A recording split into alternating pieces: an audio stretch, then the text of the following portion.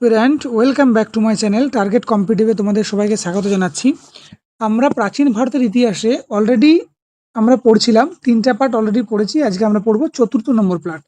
আমরা কিন্তু 150 plus MCQ এবং সেগুলো কি না হচ্ছে PYQ অর্থাৎ প্রিভিয়াস ইয়ার্স কোশ্চেন নিয়ে আমরা চলছিলাম।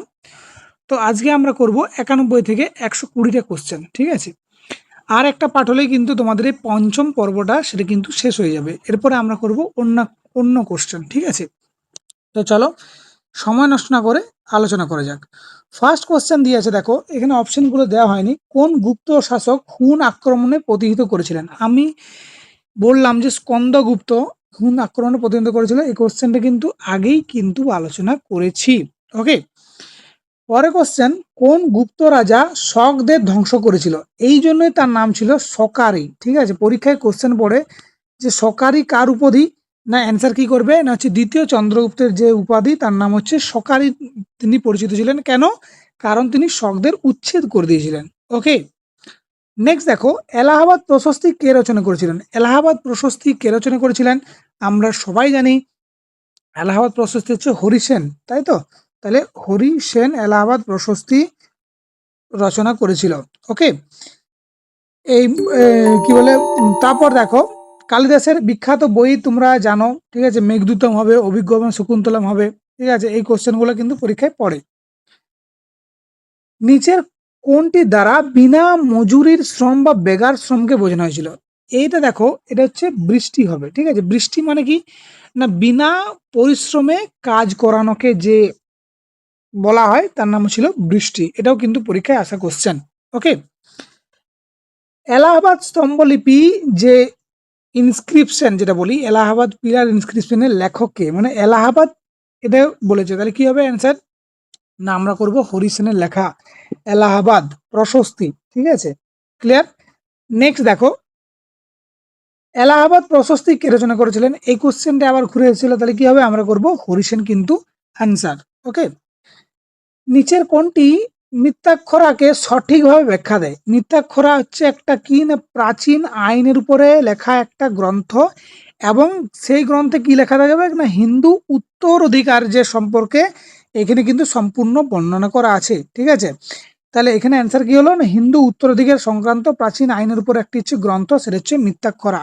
ওকে, নেক্সট দেখো, গুপ্ত রাজবংশীয় পরবর্তী শাসক সমুদ্রগুপ্তের স্থলাভিষেক কে হয়েছিল? পরবর্তী শাসক সমুদ্রগুপ্তের বলেছে কে হয়েছিল, তাহলে অ্যান্সার কি করবে না হচ্ছে দ্বিতীয় চন্দ্রগুপ্ত আমার হচ্ছে অ্যান্সার। ওকে, দ্বিতীয় চন্দ্রগুপ্ত, এটা কিন্তু অবশ্যই করবে। স্কন্দগুপ্তকে আগেই বললাম ভারতের রক্ষাকর্তা বলা হয়, ঠিক আছে। এটা কিন্তু খেয়াল করবে। নেক্সট দেখো, মৃচ্ছকটিকম কার লেখা? না হচ্ছে মৃচ্ছকটিকমের লেখা হচ্ছে শূদ্রক, ঠিক আছে। শূদ্রক হচ্ছে মৃচ্ছম কটিকমের লেখা। হ্যাঁ, ঠিক আছে। তাহলে বিশাখা দত্তের একটা বিখ্যাত বইয়ের নাম আমাকে তুমি কমেন্ট করে জানাও, ঠিক আছে। ওকে, বাণভট্ট আমরা অলরেডি পড়বো বা পড়েছি। এগুলো কিন্তু তোমাদের এই অপশন দেখে পরে কিন্তু খেয়াল আসা দরকার। নেক্সট হচ্ছে বৃহৎ সংহিতা রচিত কে? বৃহতের বি এ দেখো ব, আর বরাহমিহিরের ব, এই দুটো কিন্তু খেয়াল করবে। বৃহৎ সংহিতা হচ্ছে বরাহমিহিরের লেখা। অমর সিংহ অমর কোষ, ঠিক আছে। এটাও কিন্তু পরীক্ষায় আসা কোশ্চেন। অমর কোষ বিখ্যাত বই কার লেখা? না অমর সিংহের লেখা। আর্যভট্টের লেখা গাদা বই আছে, ঠিক আছে। সূর্য সিদ্ধান্তিকা তার মধ্যে গুরুত্বপূর্ণ, পরীক্ষায় কিন্তু আসা কোশ্চেন। নেক্সট দেখো, সমুদ্রগুপ্তের সভাকবির নাম কি ছিল? সমুদ্রগুপ্তের যিনি সভাকবি ছিলেন তার নাম ছিল হরি সেন। ওকে, ভারতের কোন সম্রাটকে ভারতের নেপোলিয়ন বলা হয়? তাহলে সমুদ্রগুপ্তকে আমরা ভারতের নেপোলিয়ন নামে কিন্তু পরিচিত। তিনি ভারতের নেপোলিয়ন। অনেকবার কোশ্চেন এসেছে যে ভারতের নেপোলিয়ন কাকে বলা হয়, না সমুদ্রগুপ্তকে বলা হচ্ছে ভারতের নেপোলিয়ন। ওকে, কারণ তিনি স্বপ্ন দেখেছিলেন নেপোলিয়নের মতন যে সারা বিশ্ব জয় করার।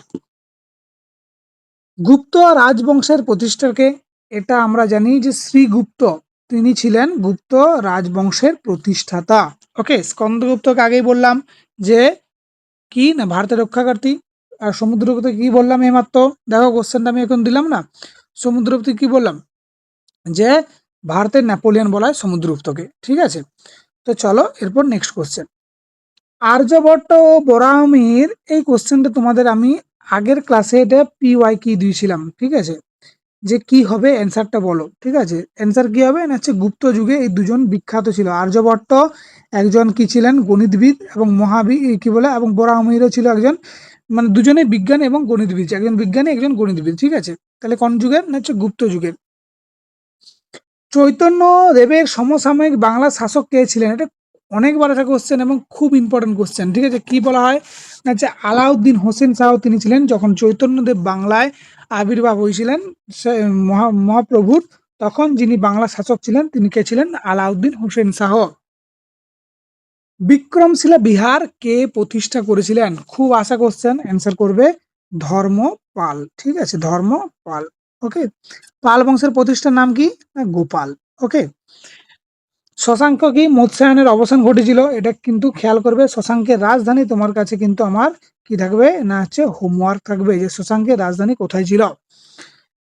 সন্ধ্যাকর নন্দী কোন রাজবংশের সভাকবি ছিলেন? সন্ধ্যাকর নন্দী কোন বংশের? না হচ্ছে পাল বংশের। ঠিক আছে, পাল বংশের সন্ধ্যাকরের রচিত কি না হচ্ছে রামচরিত। ঠিক আছে, রামচরিত।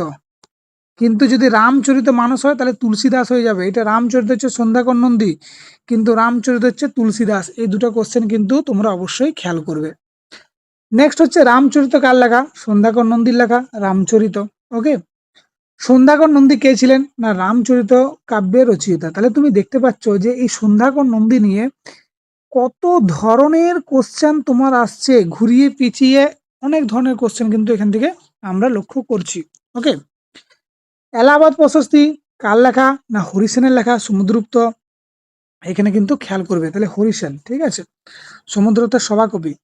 সূর্য সিদ্ধান্তিকা একটু আগেই বললাম, কার না আর্যভট্টের লেখা সূর্য সিদ্ধান্তিকা, তিনি জিরো আবিষ্কার করেছিলেন। এটা কিন্তু খেয়াল করবে। ফো কুও কিং কার দ্বারা রচিত হয়েছিল? ঠিক আছে, ফো কিউ কিং হচ্ছে ফা হিয়েনের দ্বারা রচিত হয়েছিল, ফো কিউ কিং। ঠিক আছে, ওকে, পরের কোশ্চেন দেখো। গুপ্ত যুগে চিকিৎসা বিজ্ঞানের সবচেয়ে বড় পণ্ডিত তার নাম ছিলেন, সেটা হচ্ছে চরক। ঠিক আছে, চরক ছিলেন একজন বিখ্যাত কে না সবচেয়ে বড় পণ্ডিত, নাম ছিল চরক। এলাহাবাদ প্রশস্তি কার নাম খোদাই করা আছে? মানে বলতে চাইছে যে এলাহাবাদ প্রশস্তি কার লেখা। দেখো এই কোশ্চেনটা বারবার ধরে ঘুরে ফিরে আসছে, তাহলে কি হবে না আমার হবে হরিসেন হচ্ছে answer. Clear? Si Yu Ki কার দ্বারা রচিত? ঠিক আছে, সি ইউ কিং হচ্ছে হিউয়েন সাং। হিউয়েন সাং কার সময় এসেছিল? না হর্ষবর্ধনের সময় এসেছিল। এটা কিন্তু খেয়াল করবে। তার বিখ্যাত বইয়ের নাম হচ্ছে সি ইউ কি। ঠিক আছে, তার বিখ্যাত কিন্তু বই।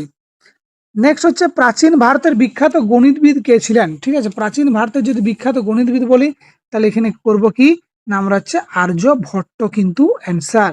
ক্লিয়ার? নেক্সট হচ্ছে কোন রাজা বিক্রমশিলা বিশ্ববিদ্যালয় প্রতিষ্ঠা করেছিল? এই কোশ্চেনটা আমরা আগেও পেয়েছিলাম।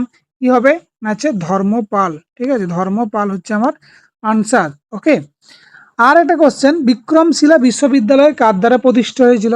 সে একই কোশ্চেন, অ্যান্সার কি হবে না হচ্ছে ধর্মপাল। ঠিক আছে, তাহলে এখানে ধর্মপাল। এবার তোমাকে আমি একটা কোশ্চেন দিচ্ছি যে পাল বংশের শ্রেষ্ঠ শাসক কে? তোমরা কিন্তু এটা কমেন্ট করে জানাবে। বিক্রমশিলা বিহার কে প্রতিষ্ঠা করেছিল? দেখো এটা বারবার ধরে কোশ্চেনটা ঘুরি ফিরে আসছে, অ্যান্সার কি হবে না হচ্ছে ধর্মপালই কিন্তু আমার অ্যান্সার হবে।